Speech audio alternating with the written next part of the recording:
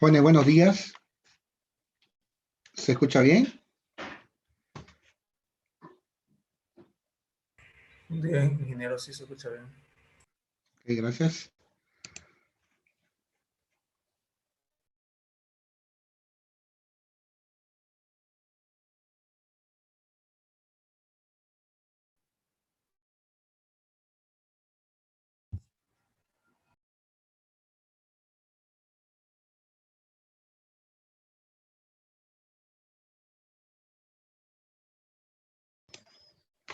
Bueno, la anterior clase estábamos, lo único que hicimos fue repasar un poquito lo del libro, lo vamos a seguir haciendo.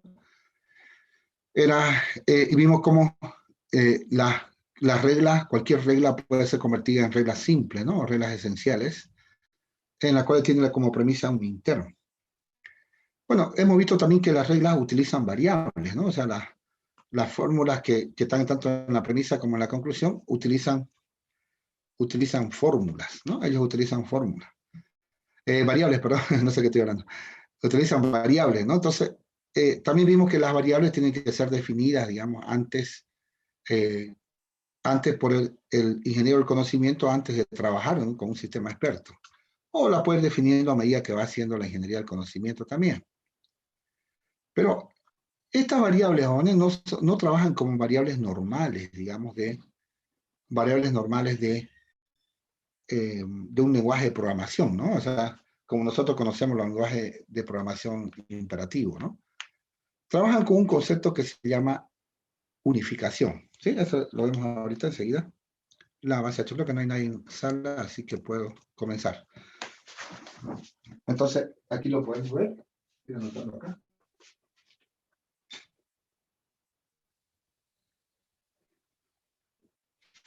Entonces, vamos a ver la base de hecho, pero previamente vamos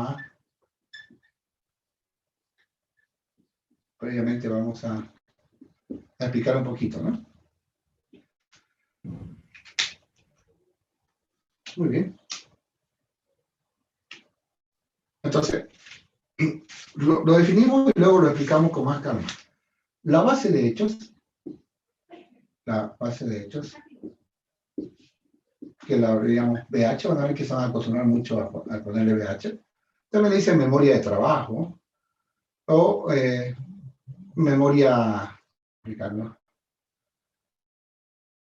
Memoria que es volátil, digamos que se lo ocupa un ratito, es decir, cada vez que se va a hacer una nueva inferencia, la base de hechos se vacía y se vuelve a empezar. Entonces, la base de hechos almacena los hechos, digamos, le ocupen la redundancia, ¿no? Lo único le dicen así, dicen, ¿no? Facts también le dicen, ¿no? A los hechos. Almacena, la base de hechos almacena los hechos expresados como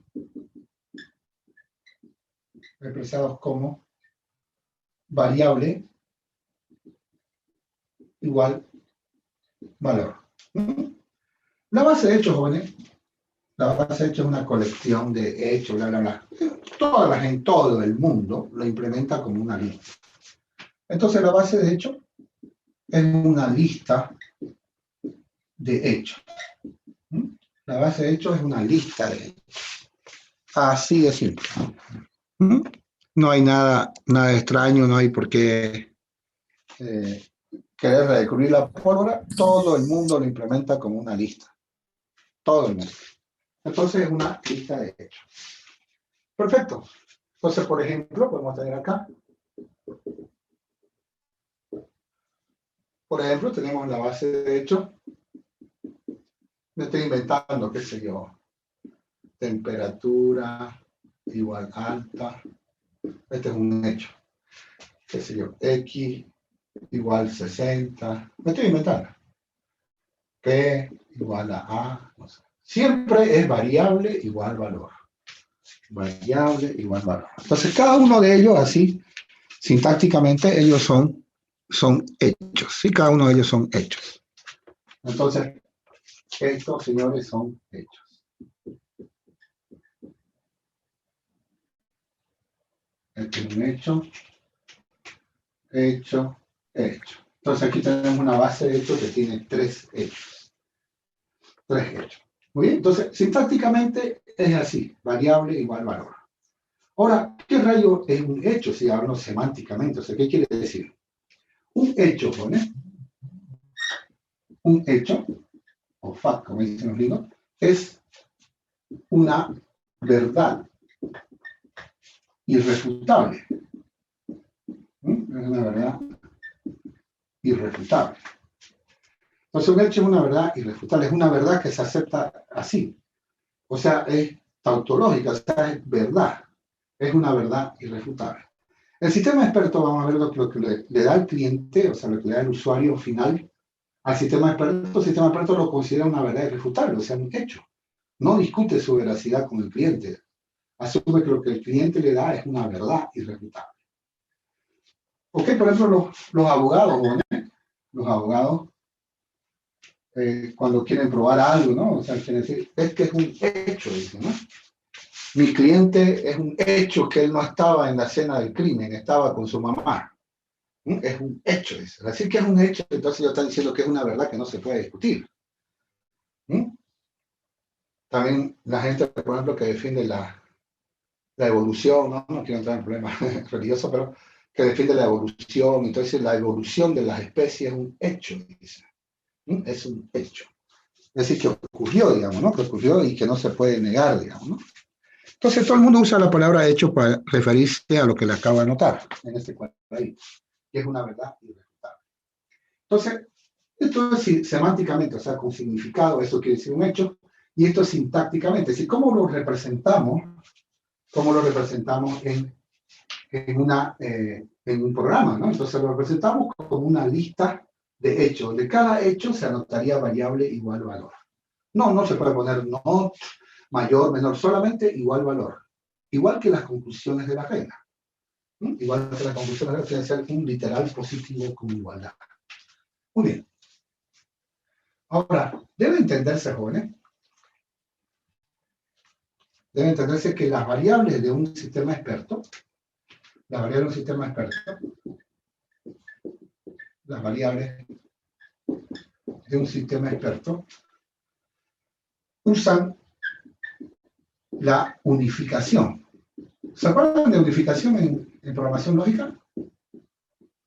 Usan la unificación en vez de la asignación. Voy a botar esta marcador. En vez de la asignación.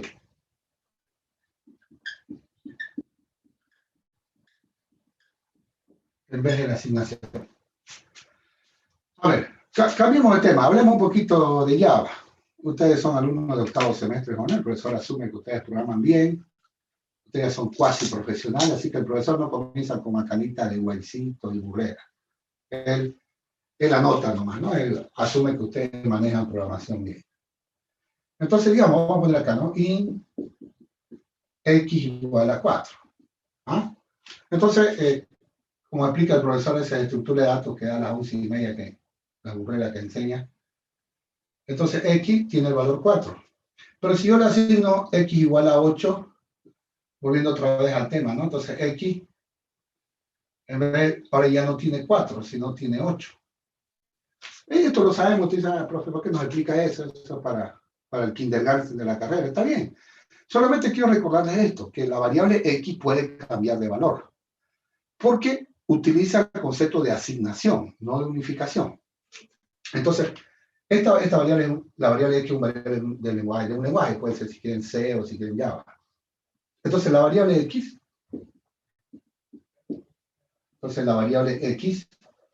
puede cambiar de valor,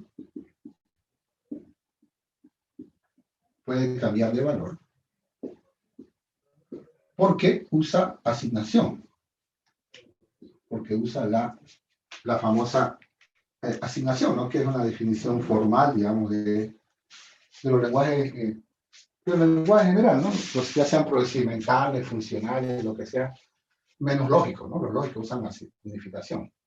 Entonces fue porque usa la asignación.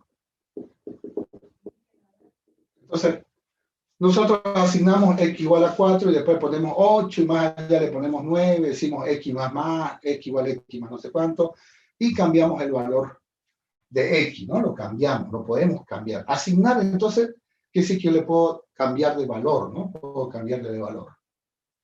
En cambio, la unificación, jóvenes, hace que una variable tome ese valor. Otra forma de decir es que esa variable sea ese valor, no que valga ese valor. Entonces, esto lo vamos a explicar. La unificación de una variable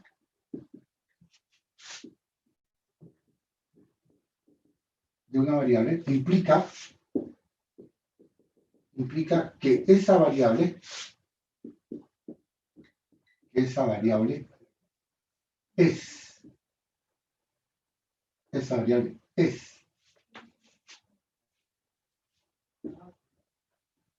el valor que toma.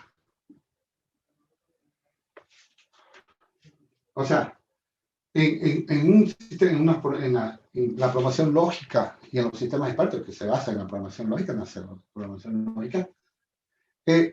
la variable se unifica a un valor, o sea, es ese valor.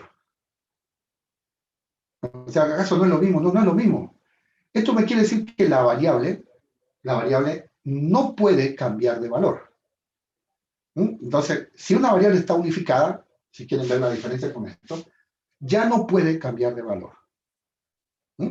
Si yo estuviera, digamos, que no me escuche el profesor para que no me llame la atención, si yo estoy hablando con un compañero, le digo, mira, ¿cuál es la diferencia entre unificación, que ahorita voy a notar, ¿no? Entre unificación y asignación? Cuando te trabajas con unificación, ya no le puedes darle otro valor. Así de simple. En una asignación, en tu lenguaje de preferencia, puedes cambiar el valor. Pero acá no. En la programación lógica, en Prolog, en lo que el sistema experto, no podés cambiar el valor, porque la variable ya se unificó, ya es ese valor. Entonces, esto es lo que queremos anotar. Entonces, si una variable está unificada, ya no puede cambiar de valor.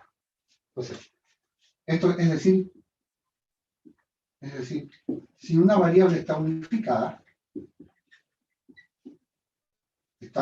a un valor, obviamente, disculpen la redundancia, no importa, está unificada a un valor,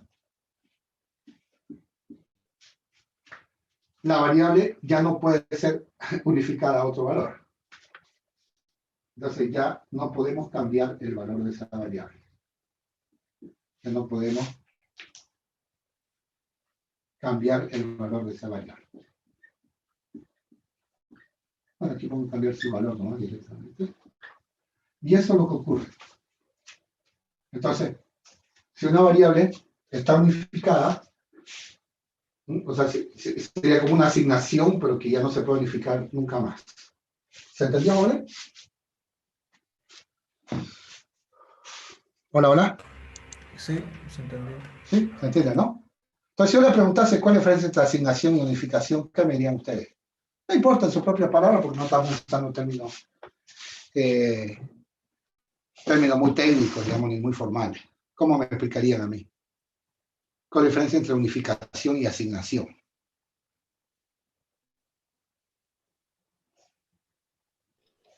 Ingeniero, estaría bien decir, por decir, la unificación es como hacer constante una variable, algo así. Correcto. En realidad, esa es la definición se vuelve una constante, ¿no? La variable ya se vuelve una constante, es decir, ya no puede cambiar de valor, ¿no? Ya no puede cambiar de valor. En el caso de Prolog, que han visto todos, creo, para ver esta materia, ustedes vieron que una variable se unifica, ¿no? Solamente el backtrack, o sea, volver a empezar con una siguiente cabeza de cláusula, hace que la variable, digamos, no es que se unifique, sino que vuelve a empezar de nuevo, digamos, ¿no? Vuelve a empezar de nuevo. Pero la unificación hace que se vuelva constante, como dice el compañero. O sea, la variable ya es ese valor. Y por lo tanto, no se puede cambiar. Bueno, si queremos ser prácticos, rápidos, decimos la unificación es una asignación que ya no puedes cambiar. Una vez le asignas un valor, ya no puedes cambiar. Así de simple. Muy bien. Entonces, la base de hecho mantiene los hechos. Ya, perfecto. Un hecho es una variable refutable. Perfecto. Todo sigue bonito. Seamos más prácticos. La base de hechos, jóvenes, contiene las variables que son unificadas. Aquellas variables que no están en la base de hechos no están unificadas. Es decir, hablemos en los términos que nosotros entendemos, valen null. Entonces, ¿qué es la base de hecho? La base de hecho contiene los hechos de ya, bonito, definirlo bonito, con librito, con lo que querrás. En forma práctica, la base de hecho contiene las variables que están unificadas. Las variables que están unificadas. En otras palabras, si quiero saber si una variable está unificada, tiene que estar en la base de hecho. Si una variable no está en la base de hecho, no está unificada. ¿Y cuánto vale? No se usa este término en programación lógica, pero para nosotros, que somos informáticos, nos decimos vale nulo. Entonces, si una variable no está en la base de hecho,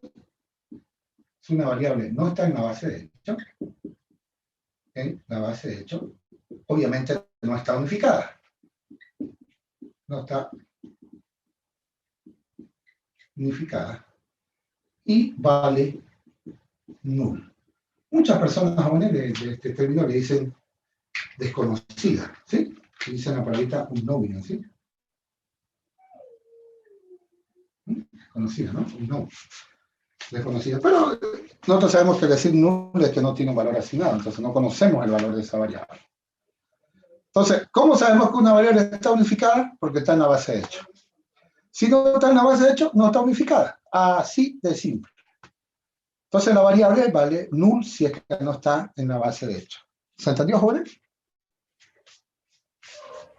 Sí, sí. ¿Sí? De todas formas, para que tengan un vistazo rápido, lo voy a aburrir un ratito con esto.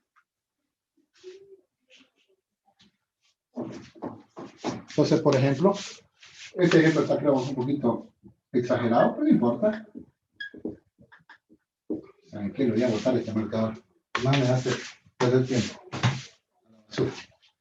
Por ejemplo, tenemos aquí una base de hechos, ¿no? Tengo x igual a 10, qué sé yo, presión igual alta, no sé. Ya. Entonces, las variables x y presión están unificadas.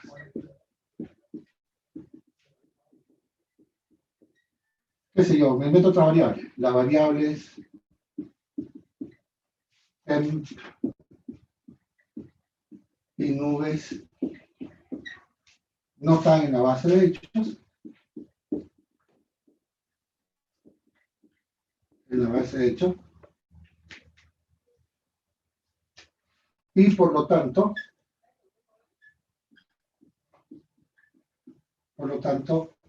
no están unificadas.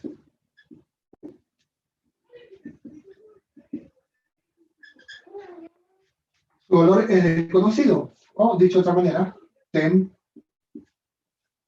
es null y nube es null. Nube es null. Temp es null y nube es null. Ok.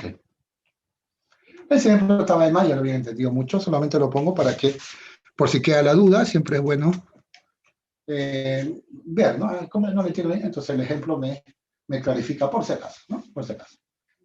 Muy bien. Entonces, eso es la base de hechos. Almacena los hechos, las verdades absolutas, digamos, que se generan durante el trabajo, durante la inferencia del sistema experto. Entonces, sintácticamente se anotan como variable al valor y si queremos ir más allá con las variables, significa que la variable está unificada o no está unificada. Así de simple. Muy bien.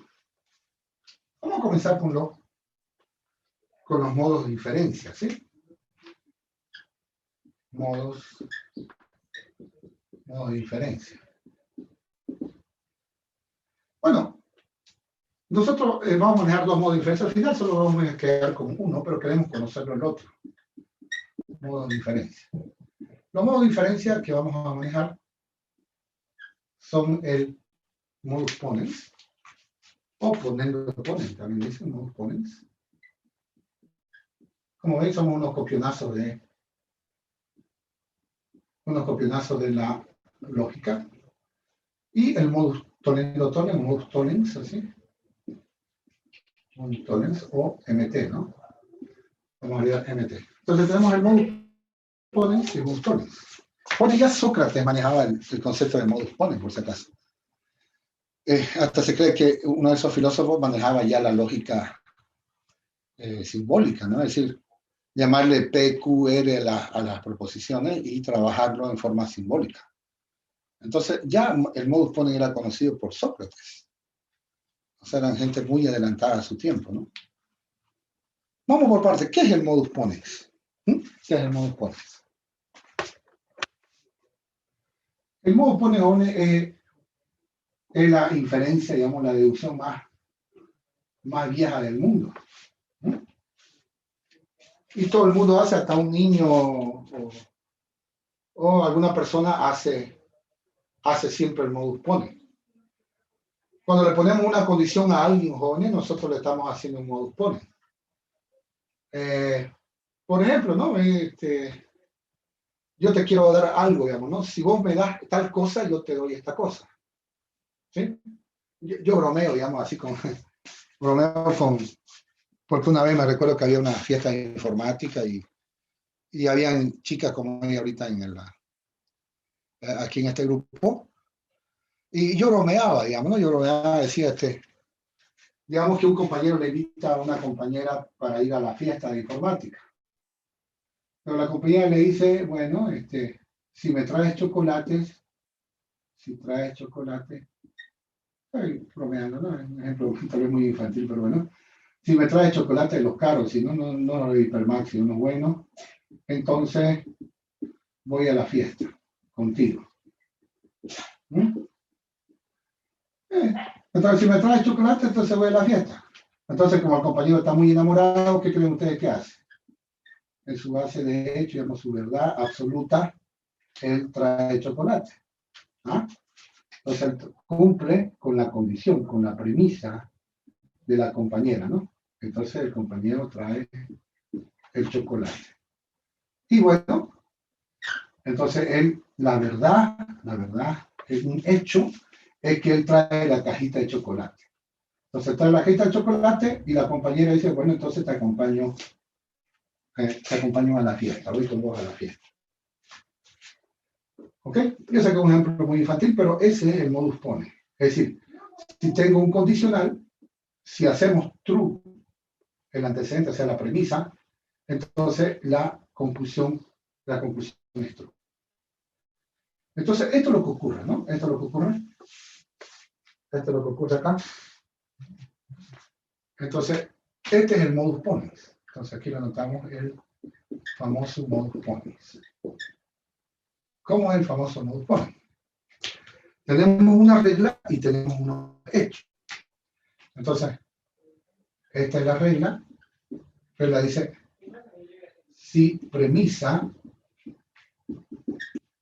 entonces conclusión. Si premisa, entonces conclusión. Bueno, la base de hecho, que son las verdades, la base de hecho, que acá debe validarse, o sea, hacer true la premisa. Entonces, la base de hecho debe hacer true a la premisa. Entonces, la debe hacer true. Entonces, la base de hecho, o sea, los hechos que están acá deben hacer true la premisa. Si hacen true la premisa, arroja, por modus ponens, arroja la conclusión. Arroja la conclusión. ¿Ok?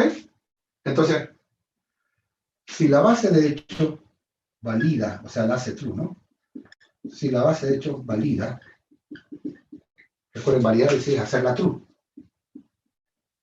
Hace true. Si la base de hecho valida la premisa, si la base de hecho valida la premisa, la conclusión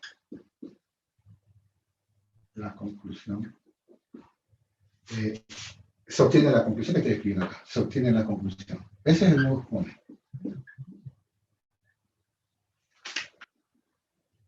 Se obtiene la conclusión. ¿Ok? Entonces, si la base de hecho valida, o sea, hace true la premisa, entonces obtenemos la conclusión de la regla. Entonces, como lo ven allá en el ejemplo ridículo del profesor de los chocolates, si el compañero trae el chocolate, entonces la compañera va a la fiesta, lo acompaña a la fiesta a él. Entonces, eso es cierto. Entonces, cumple la condición, digamos, la condición que le da la regla, la base de hecho la cumple, la valida, la hace true, entonces se dispara la conclusión. Sí, quería mostrar un momentito una cosita para que tengamos una justificación de lo que vamos a hacer. Les pido un poquito de paciencia. No sé por qué no lo cargo antes. Es descuido mío. Sigo corriendo el libro trucho este del profe. Lo estoy corriendo un ratito para que lo vean nada más.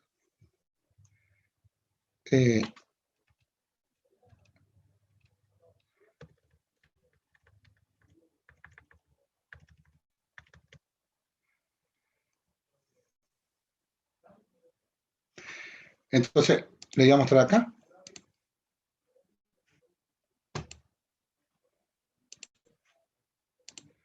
Estoy compartiendo pantalla, aquí lo pueden ver. Entonces, miren, la base de hecho que está acá, la base de hecho con las reglas. La base de conocimiento son las reglas. Va al motor de inferencia, aquí se hace el modo de inferencia. Y las conclusiones obtenidas, miren ustedes que vuelve, si ese feedback o se retroalimenta a la base de hecho.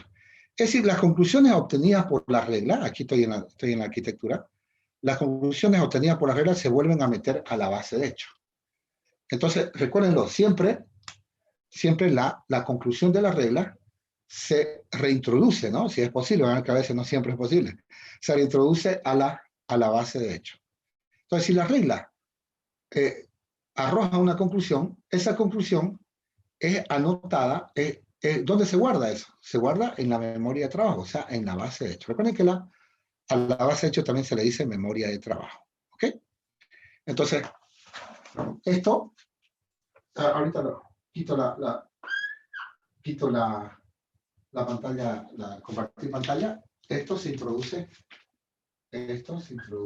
a la base de hecho. Entonces, espero que estamos un ratito. Si no se ve, voy a cortar esto que está compartiendo pantalla. Muy bien. ¿Dónde está? No lo veo. Ahí está. Entonces, aquí diciendo base de hecho add, ¿no? ¿Se entiende, no? Add es adicionar. Es una operación de lista, de todas maneras. Entonces, lista.add, adicionar la conclusión, ¿no? Adicionamos la conclusión a la base de hecho, pues, según simplemente el profesor es un copionazo porque se está usando la arquitectura, ¿no? Para justificar lo que arroja la regla se inserta a la base de hecho. Ok, veamos unos ejemplos, veamos unos ejercicios de modus ponens y luego intentemos comenzar a ver el modus ponens. Muy bien, por ejemplo, vamos a realizar el modus ponens con la regla R y la base de hecho. La regla R y la base de hecho dada, digamos, la base de hecho que nos dieron, que nos van a dar enseguida. Entonces, anotamos la regla R, vamos a inventarme. Sí, qué sé yo. X mayor que 100. And Z igual a 80. Entonces, Q igual a B. Claro, son reglas bien formadas, ¿no? Y aquí está la base de hecho. Este es un ejemplito. Enseguida hacemos. Nos falta tener una pequeña notita antes de continuar. No sé. La base de hechos puede tener muchos hechos. Porque a medida que va trabajando, la base de hechos se va llenando de hechos. Después le pongo puntitos suspensivos porque pueden haber muchos hechos. Claro, pues si me invento muchos, más ocupo la pizarra que lo que me interesa. Entonces, para que la premisa sea true, necesito que se valide, o sea, que se haga true este literal y este literal. Entonces, ¿qué sé yo? Voy a poner x igual 200, recuerden, x es 200, y z vale 80.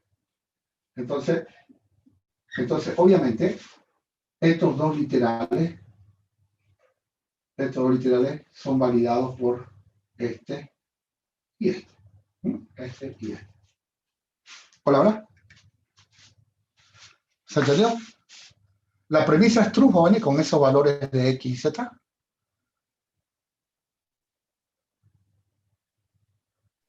Sí. Sí, ¿no? Sí, ¿no? Entonces, claro, x es 200 y z es 80. Si lo ven como un if de Delphi, un if de Java, el if es true, porque x es 200 y z es 80. Entonces, y es un AND, en un AND tienen que ser los dos verdaderos, entonces se cumple. Entonces la regla arroja, le vamos a usar la palabra dispara. La regla arroja, utilizando modus ponens, arroja Q igual a B, o sea, arroja la conclusión. Como la premisa es true, o sea, es validada por la base de hecho es true, la regla arroja Q igual a B. ¿Y qué hago con este Q igual a B? ¿Lo voto?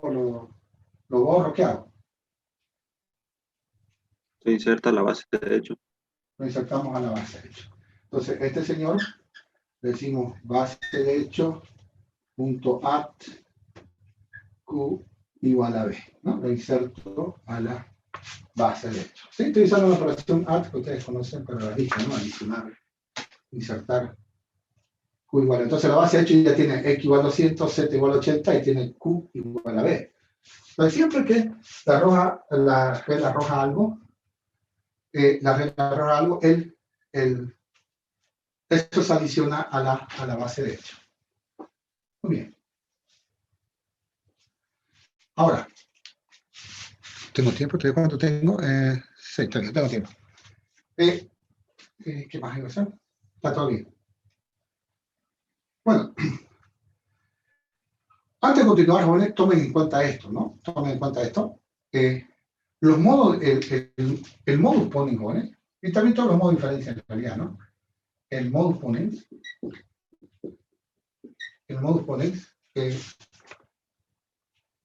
no trabaja como un if, no trabaja exactamente, ¿no? Exactamente como un if, digamos, ¿no? Como un if de un lenguaje de programación, como el if de un lenguaje. En el if de un lenguaje, utilizan el cortocircuito. A ver, voy a hacer un comentario. En el if de un lenguaje, Visual Basic, por ejemplo, hay que decir otra cosa para que haga cortocircuito. En el if de un lenguaje,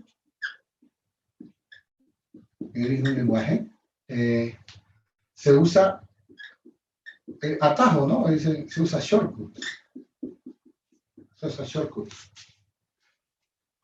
Es decir, no necesito comprobar todos los factores booleanos de la expresión bool, solo basta a veces con uno o dos de ellos puedo definir todo. Usa shortcut. Es decir, shortcut también quiere decir atajo, ¿no? Más que cortocircuito.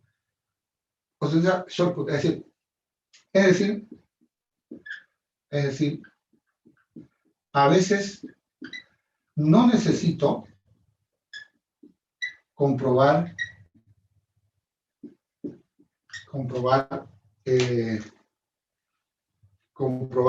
todos los factores bool.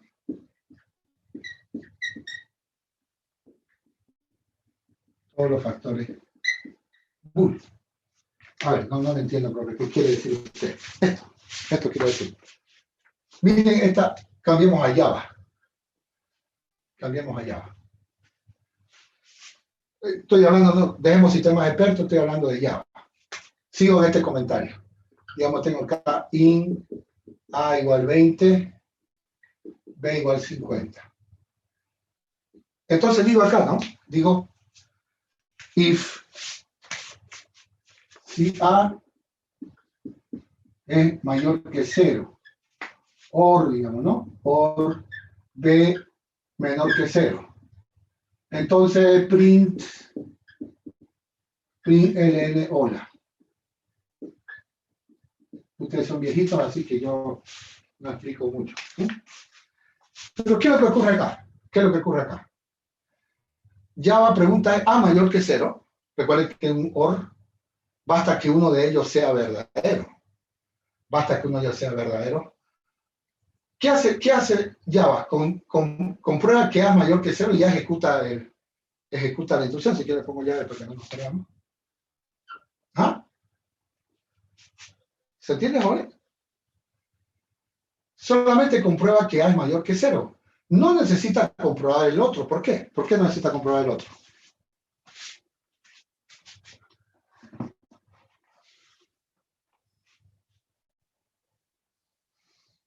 Hola, hola. ¿Alguien me puede decir?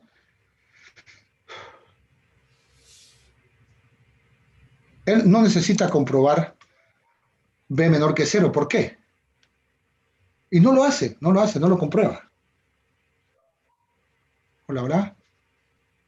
Sí, porque Ingeniero, es basta porque que uno tiene sea... el OR entre medio. Claro, Tiene que hacer basta uno. basta uno. Entonces, no comprueba. Me dice que B menor que 0 sea la llamada a una función, digamos. ¿Mm?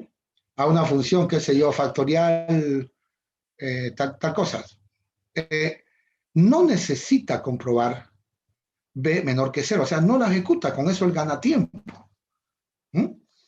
¿Por qué? Porque hace cortocircuito, hace un atajo. Bueno, como el primero ya es true, ¿para qué voy a comprobar el segundo? El segundo puede ser true o falso, no me interesa. ¿Por qué? Porque ya sé que el if es verdadero. ¿Se entendió? Entonces, ya al ser true esto, Java no ejecuta la otra línea. Ya dice, ¿para qué rayos voy a ejecutar la otra línea? Entonces, ya este es true. Entonces, es true. Entonces, ya no comprueba la siguiente. Entonces, Java no comprueba esto. Ya no comprueba. No necesita, pues. No necesita. Java no comprueba esto. Entonces, ¿por qué? Porque usa shortcut, ¿no? Usa atajos, ¿no? O sea, usa cortocircuito. Ok, le pongo un código que ustedes hacen muy clásico, digamos, ¿no? Muy clásico, el que lo usan, tal vez ya por la experiencia que tienen, lo hacen de forma muy natural. Cuando quiero recorrer un vector hasta que valga 0, digamos. ¿Sí? Entonces dirían así, ¿no? While i menor que b.length and, ¿no? Dice and b sub i, qué sé yo, hasta que valga 0, distinto de 0. Voy a usar así, ¿ok? Me aprovecho ese nivel de carrera, ¿vale? Distinto de 0. Puse distinto así como lo noto en el video normal. ¿Por qué pregunta primero por este y no por este primero? ¿Por qué no lo invierte en esta evaluación?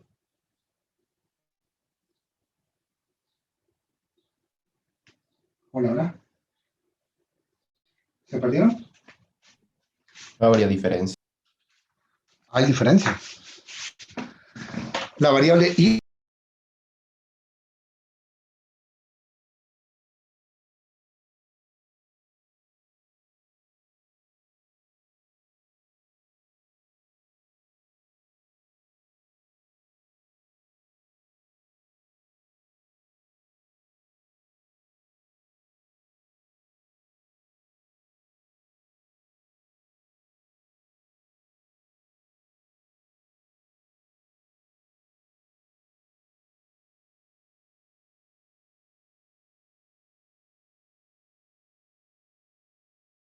Recording in progress.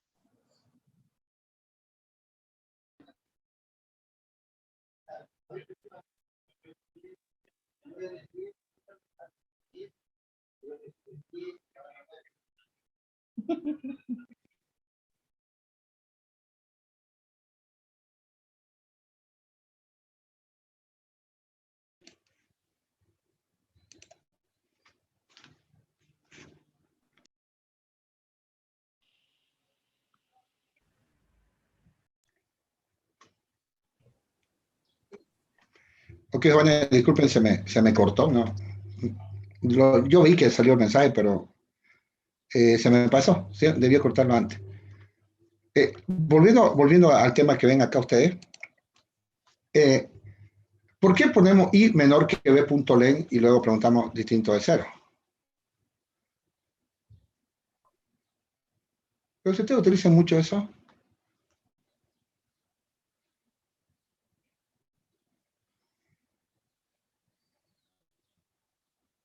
Hola, hola. ¿Cuál era la pregunta, ingeniero? ¿Por qué en el while que ve ahí en la pizarra, por qué ponemos i menor que b.len and b sub i distinto de 0 y no al revés? ¿Por qué no lo haríamos, digamos, b sub i distinto de 0 and i menor que b.len?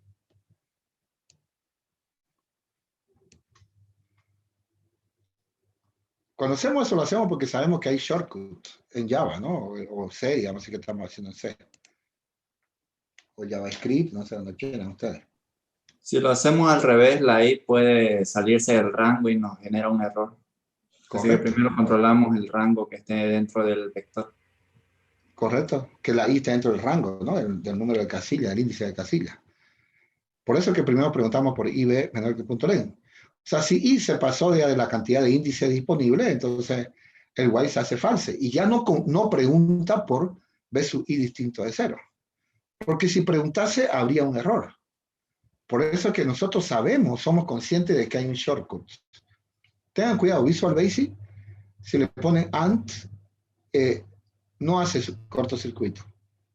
Creo que no sé qué más se le pone, si ustedes me ayudan con internet, para Visual Basic. Visual Basic tiene su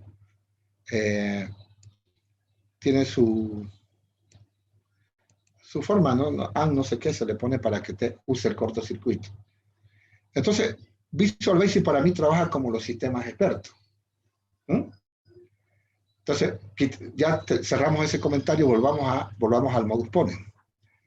El modus ponens dice ahí, aunque no sé muy bien, dice, no trabaja exactamente como un if de un lenguaje, no trabaja exactamente.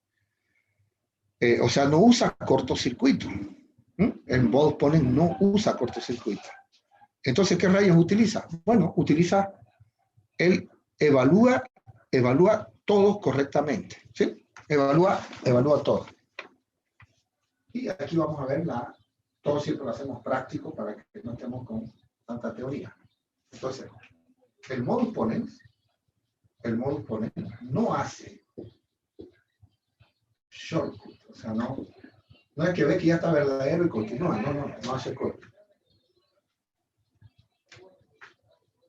Pues necesita, escúchese bien, necesita que todas las variables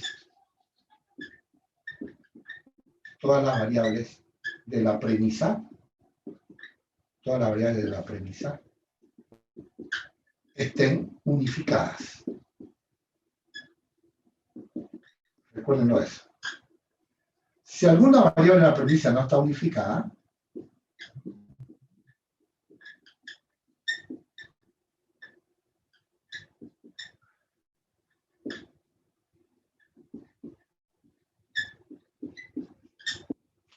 si una variable de la premisa no está unificada,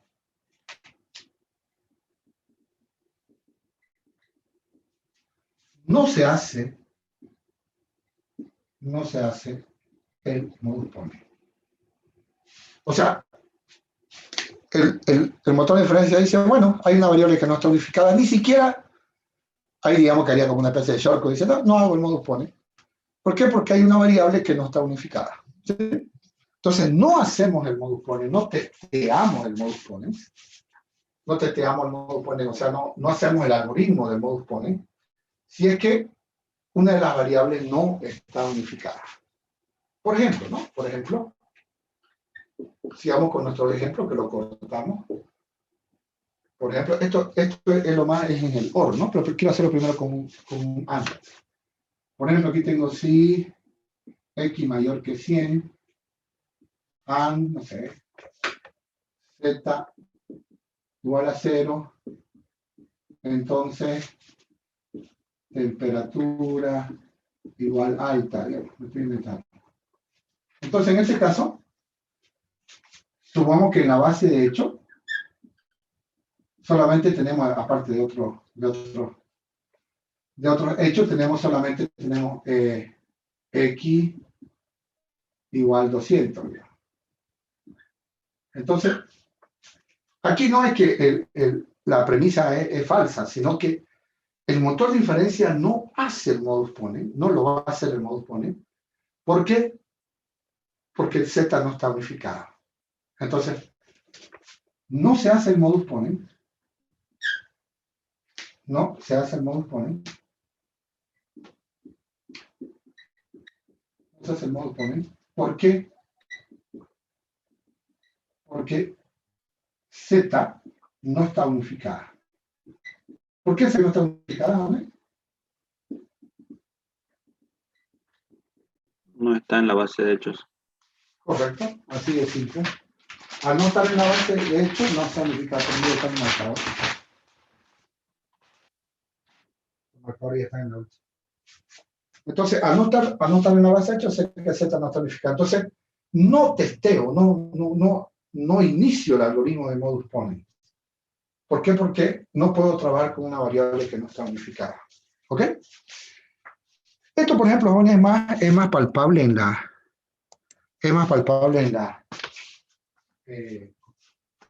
cuando es el OR, ¿no? A veces cuando vemos el OR, nosotros queremos aplicar el modus ponens. Otro ejemplo, miren.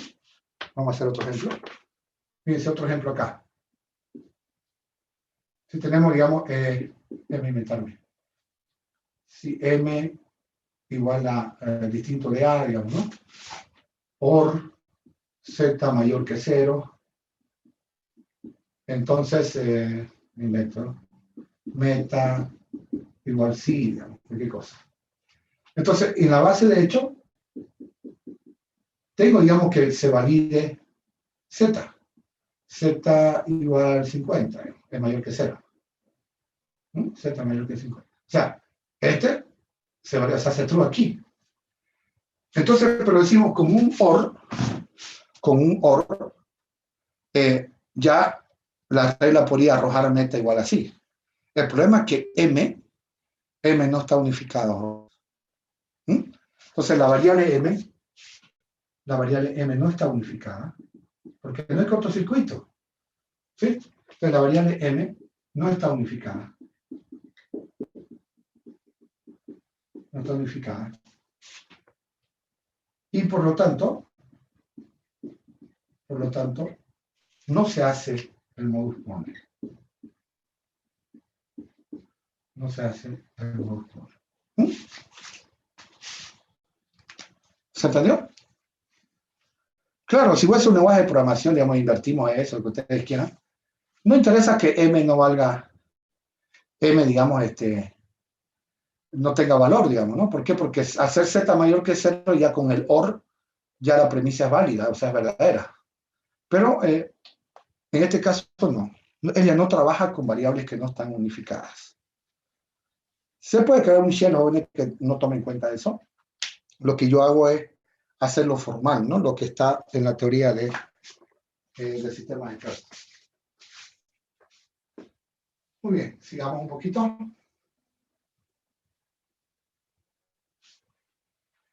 Sigamos otro ejemplo, vamos a hacer otro ejemplo. Claro, no porque pueda hacer el modus ponens, significa que voy a arrojar la conclusión. Aquí lo que hemos discutido es que si alguna variable de la premisa no está unificada, como en este caso, la M no está unificada, no puedo realizar el modus ponens. Pero a veces sí puedo realizar el modus ponens y no validar la premisa. Claro está, claro que sí. Podemos tener, por ejemplo, acá, sí, que si la inventarme. Q igual a B, AND, no sé. Z mayor que 0. Entonces, P igual a Z. No sé, cualquier bacana me estoy inventando. En la base de hecho, puedo tener, qué sé yo, Q igual a B. Z igual a menos 1, digamos. Entonces, Q y Z están unificadas, entonces Q y Z están unificadas, pero hay un pequeño detalle. Q igual a B, el literal es validado, o sea, es true, pero este literal es falso. Entonces, ¿cuánto vale la premisa? En este caso, ¿true o falso? True. La premisa es un AND Falso. falso, ¿no? Un AND tiene que ser todo verdadero, parece, ¿no? Entonces, se hizo el modus ponens, no sé qué, se intentó hacer, ¿no? Se hizo el modus ponens. Se hizo el modus ponens. ¿Por qué? Porque todas sus variables están unificadas. Todas las variables de la premisa están unificadas.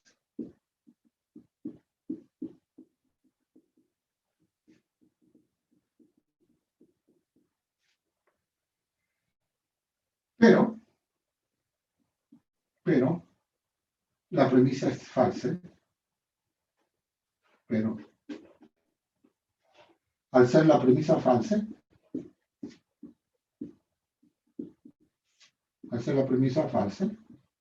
no se obtuvo la conclusión.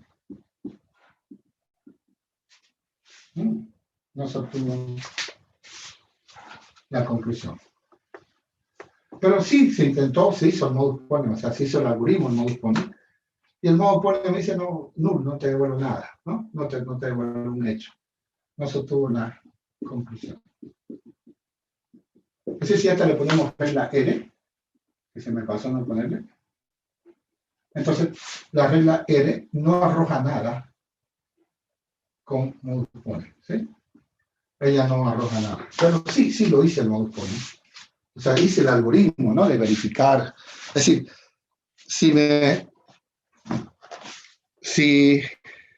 Hola. ¿Me escuchan bien? ¿Sí? ¿Sí, hola? Sí, sí, se escucha. Se escucha. Entonces le decía, si tuviese un procedimiento, una función que se llama modus ponens, la llamo a la función modus ponens. ¿Ok? ¿Por qué? Porque todas las variables están unificadas, entonces llamo a esa función modus ponens, y la función modus ponens me devuelve nada, solamente me da null, me dice, oye, no encontré solución, la premisa es falsa. Pero ya la hice, ¿no? Ya lo hice el modus ponens, que me dé null, o sea, que no me dé ninguna respuesta, es porque la premisa es falsa, pero sí lo hice el modus ponens. Sí lo hice el modus ponens. En cambio, en los anteriores dos ejemplos que pusimos, no se pudo hacer el modus ponens. No pudimos hacer el modus ponens. ¿Por qué? Porque las variables no estaban unificadas. O sea, ni siquiera llamo al modus ponens si una de las variables no están unificadas. ¿Se entendió, jóvenes? Sí. ¿Sí? Ok. En este caso hemos trabajado, jóvenes, con reglas simples y también reglas compuestas con reglas FND, ¿no? También. No hay nada extraordinario, todo es exactamente lo mismo, es igual. Así que esto está funcionando, esto es nuestro avance, está funcionando bien, ¿no? Hemos trabajado con el modus ponens. Muy bien, ¿no tienen alguna consultita, alguna duda de repente? ¿Algo que quieran acotar o algo que yo les pueda acotar?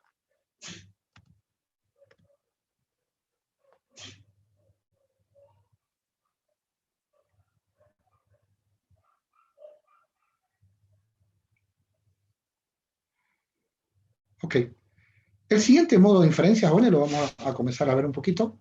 El siguiente modo de inferencia es el modus tollens, ¿sí? Vamos a ver el siguiente modo de inferencia, el modus tollens. ¿Cómo es el modus tollens? Entonces lo vemos. El modus tollens. O MT. Este señor tiene problemitas con sistemas expertos y por eso se crea un encadenamiento hacia atrás que se llama backward chaining, vamos a verlo eso. Porque este modus tollens tiene su problemita, pero quiero que lo descubramos cuáles son los problemitas que tiene el modus tollens. Primero, ¿cuándo se genera un modus tollens? ¿Cuándo se genera un modus tollens? Bueno, el modus tollens ocurre cuando el MT ocurre cuando un hecho un hecho, disculpe la redundancia, no importa, si es un hecho de la base de hechos. ¿De dónde más me va a ser? Pero no importa, lo pongo. Un hecho de la base de hechos niega la conclusión de una regla. La conclusión de la regla, ¿no? La conclusión de la regla. Si esto ocurre, ¿dónde? Se obtiene la negación de la premisa de la regla. Si esto ocurre, se obtiene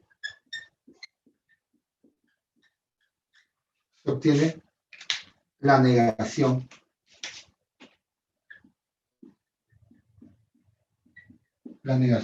de la premisa. Un ratito, ahí está. No voy acá. Gráficamente esto sería así.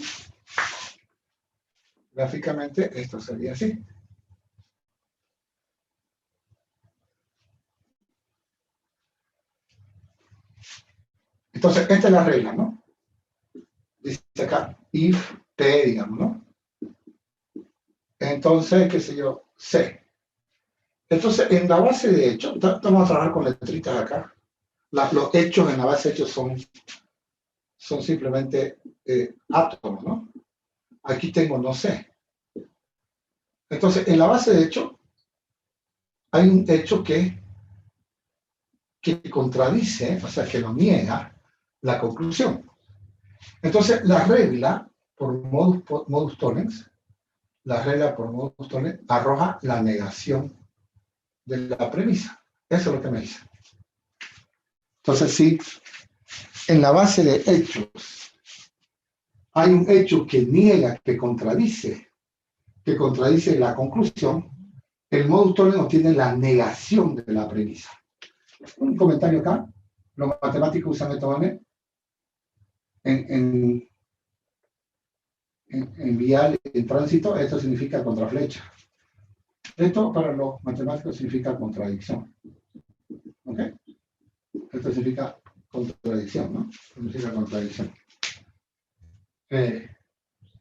Para los policías significa contraflecha. Entonces, si ustedes están manejando y un policía le hace así, saquen su billetera ahora.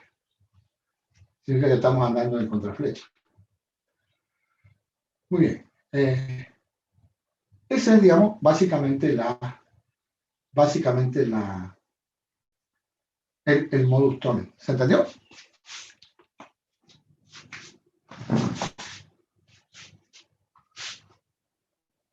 Hola, hola.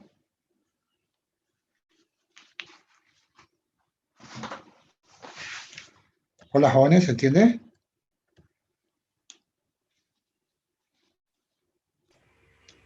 Sí, sí, ok. Sí. ¿Se entiende? Muy bien. Entonces, recuerden, ¿no? Recuerden, entonces, el modus tollens tiene eso, que si se niega la conclusión, se obtiene la negación de la premisa. Recuerden, en una base de hechos, se me pasó, pero creo que está en el libro, en una base de hechos, los hechos son las conclusiones de las reglas, ¿no? ¿Se dan cuenta? Entonces, en una base de hechos, cuando trabajamos con letritas,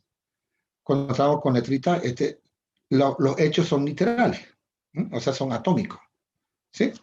Por si no lo dije, porque voy directo a la parte más fuerte, digamos, del modus tollens, ¿no? Entonces, la base de hechos, aquí lo noto, cuando se trabaja algebraicamente,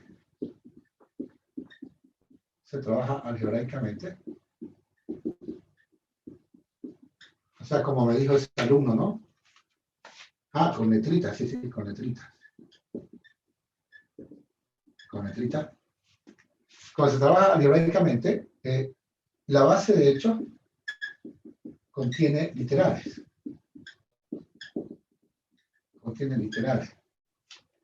La base de hechos contiene literales. O sea, letra, es decir, letra o negación de letra.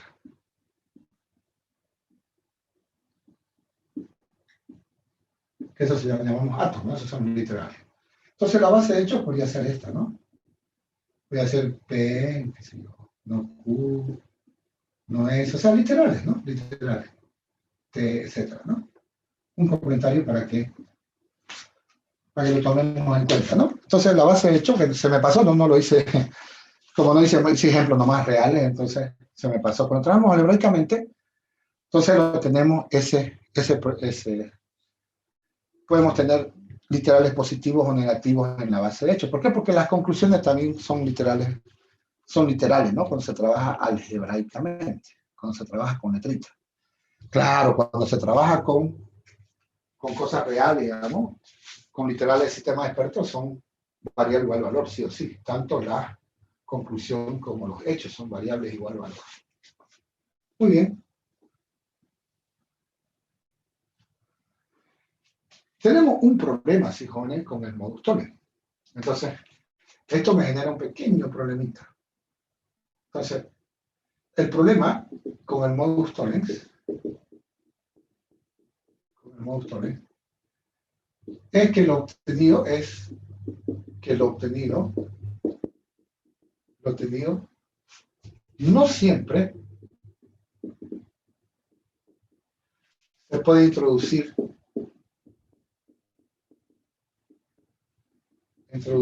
a la base de hechos. Ese es un problemita. Aquí, por ejemplo, en el modus tollens vamos a ver, jóvenes, que vamos a trabajar algebraicamente para tener una especie de fórmula, si quieren, una especie de método, y ese método lo vamos a aplicar ya a las reglas de sistemas expertos, o sea, los literales de sistemas expertos. Entonces, bueno, sigamos con esto. Por ejemplo, vamos a ver acá, por ejemplo, digamos que tengo acá, ¿no? Si P, I, no Q, entonces no A. Ya. Esta es la regla R. Bueno, esta es la regla R. En la base de hecho que tengo que tener para que haya modus tollens. Modus tollens. ¿Qué tiene que haber? ¿Vale?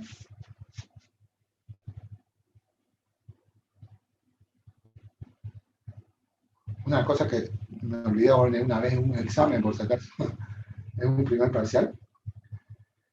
Le digo, haga el modus tollens de esto, le digo, ¿no?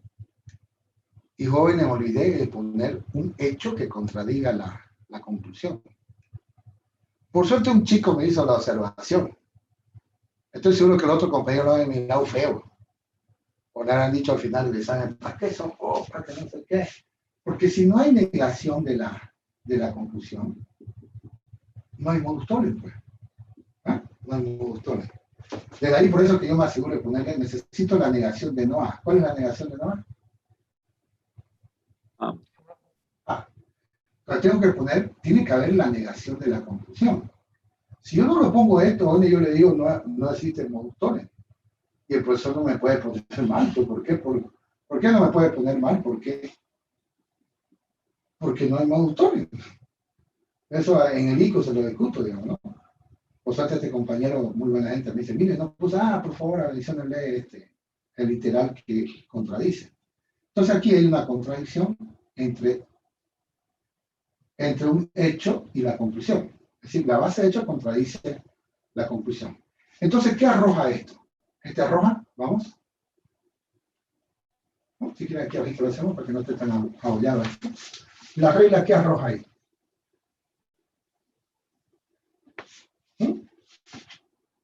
La regla arroja por modus tollens, ¿qué arroja? La negación de quién? No La P y negación. Q. No P y no Q, ¿no? Esto si le sacamos por ley de Morgan, ¿qué queda?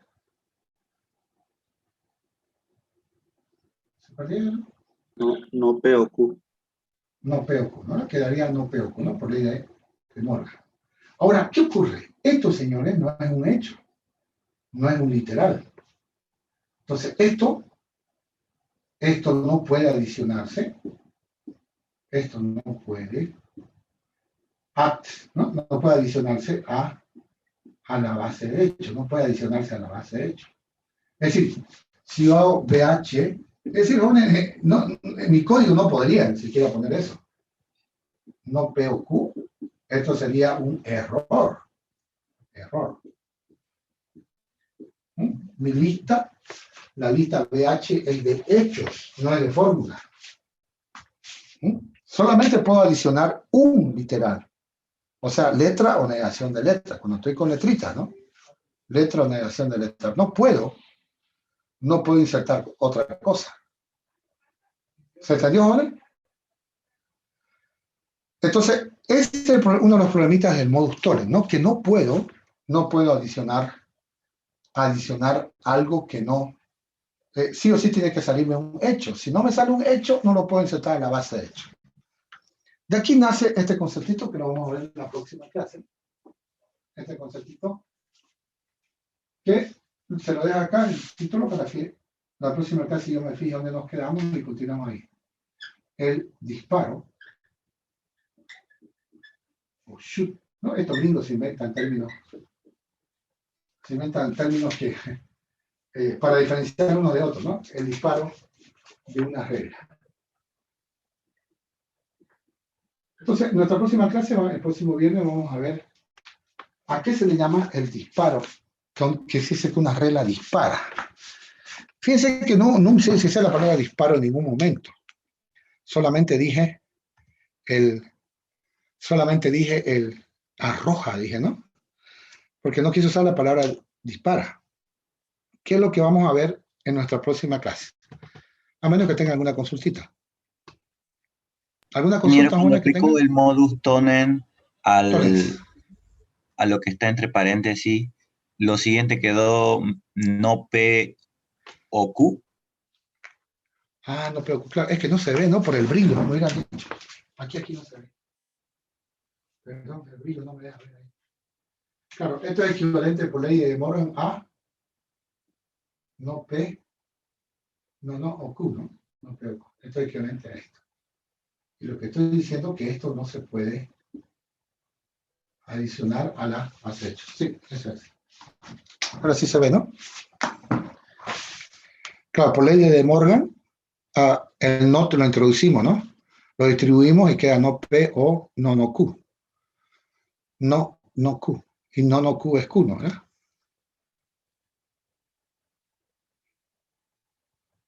¿Sí? ¿Se entiende? ¿Se entiende bien? Hola, ¿se entiende? Sí, ingeniero. ¿Se entendió? Ok, jóvenes, nos continuamos el próximo viernes a las 10 de la mañana, continuamos esta partecita, a ver cómo podemos terminar el modus tollens y ver la primera, y a ver si podemos, estoy soñando, pero voy a intentar que podamos ver un poquito del motor de inferencia, ¿no? Que es la parte más seria, digamos, de la materia, ¿no? Más seria. Ok, jóvenes, continuamos el próximo viernes, pasen buen día. Hasta luego. Bien. Hasta luego, Hola, jóvenes. ingeniero.